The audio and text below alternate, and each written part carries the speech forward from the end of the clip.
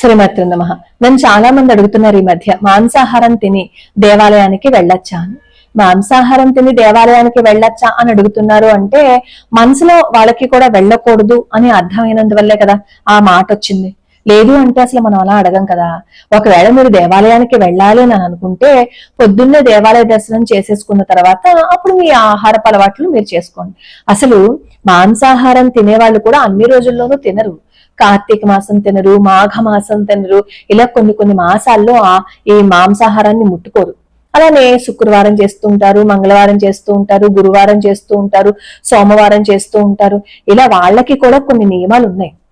ఆ నియమాల ప్రకారంగానే వాళ్ళు తీసుకుంటారు. కానీ అసలు మాంసాహారం తినేవాళ్ళు మాంసాహారాన్ని పూర్తిగా మానేస్తే అశ్వమేధ యాగం చేసిన ఫలితం వస్తుందన్నమాట.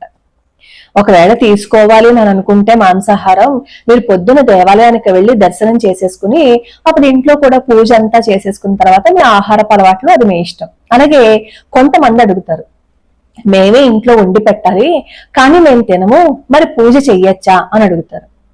పొద్దున్నే పూజ చేసేసుకోండి. పూజ చేసేసుకున్న తర్వాత ఎవరికి కావాల్సిన ఆహారాన్ని వాళ్ళకి వండి పెట్టండి.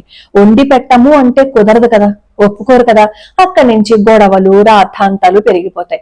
అవన్నీ భరించే కంటే తినాలని మీకు లేనప్పుడు మీరు మానేశారు అనుకోండి, చక్కగా మంచిదే. మిగతా వాళ్ళకి కావాలి అని అనుకున్నారనుకోండి, వాళ్ళకి వండి పెట్టండి. మరి పొద్దున్న మేము మాంసాహారాన్ని వండితే సాయంత్రం పూజ చేసుకోవచ్చా అని అడుగుతున్నారు.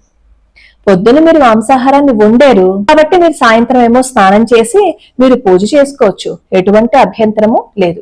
మరి మాంసాహారం పొద్దున తింటే సాయంత్రం గుడికి వెళ్ళొచ్చా అని అడుగుతున్నారు.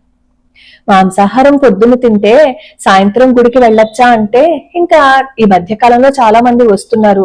వెళ్ళొద్దు అంటే ప్రతి దేవాలయము ఖాళీగానే కనిపిస్తుంది. ఎవరి ఆహారపు అలవాట్లు వాళ్ళకి ఎలాగో ఉంటాయి. మాంసాహారం తీసుకున్న రోజు స్నానం చేసి అప్పుడు మీరు దేవాలయానికి వెళ్ళండి, ఆ బట్టలు మార్చుకుని. వీలైనంతగా మాంసాహారాన్ని మానేస్తే మన బుద్ధి చాలా చక్కగా పనిచేస్తుంది. సాత్విక ఆహారాన్ని తీసుకుంటే పిల్లలు కూడా చాలా చురుగ్గా చదువుతారు, చాలా యాక్టివ్ గా ఉంటారు అని చెప్పి మనకి భగవద్గీత చెప్తుంది. అన్నిటికీ మించి ఒక ప్రాణిని అనవసరంగా మనం బాధ పెట్టడం దేనికి చెప్పండి? అది ఏడుస్తూ అరుస్తూ ఉంటుంది కదా. ఆ విధంగా ఆలోచించి కొన్ని రోజుల పాటు మనం మాంసాహారాన్ని తీసుకోకుండా ఉన్నామని అనుకోండి, కొన్ని జంతువులని రక్షించినట్టు ఉంటుంది కదా. మనం భగవంతుణ్ణి చేరుకోవాలని ప్రయత్నిస్తున్నాం. ఆ ప్రయత్నంలో ఇంకొక జీవికి మనం ఎందుకు బాధ కలిగించాలి? వీలైనంతగా తీసుకోకుండా ఉండడానికి ప్రయత్నించండి. లేదు మా ఇంట్లో గొడవ పెడుతున్నారు తప్పదు అంటే ఇకపై అది మీ ఇష్టం. లోకా సమస్తా సుఖినో భవంతు, సర్వే జనా సుఖినో భవంతు.